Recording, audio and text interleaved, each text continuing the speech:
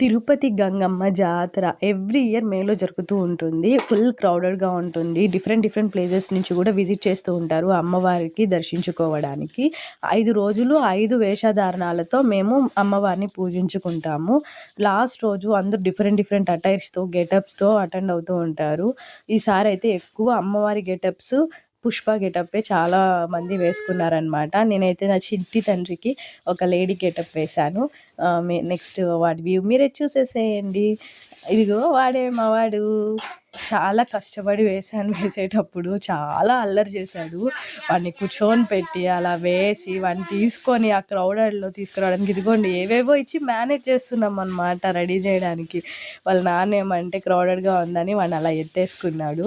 ఎంత క్యూట్‌గా ఎంత ముద్దుగున్నాడో. అందరూ అసలు ఆడపిల్లే అనుకున్నారనమాట. కానీ మ్యాక్సిమం తిరుపతి వాళ్ళకైతే తెలుసు. మ్యాక్సిమం బాబాయ్ ఉంటాడు. బాబాయ్ లాగా పాప గెటప్ వేసుకొని వచ్చారు అని చెప్పి వాడిని మళ్ళీ తర్వాత దిప్పి నడిపించు అంటే ఇదిగో ఇలా దిగి నడుస్తూ వచ్చాడనమాట. ఎంత క్యూట్‌గా నాకైతే 2 కళ్ళు సరిపోలేదు. ముద్దు ముద్దుగున్నాడు. మా ఇంటి దగ్గర అయితే అందరూ చిన్ని శ్రీదేవిలాగా ఉన్నాడు మీ కొడుకు అనేసని అన్నారు.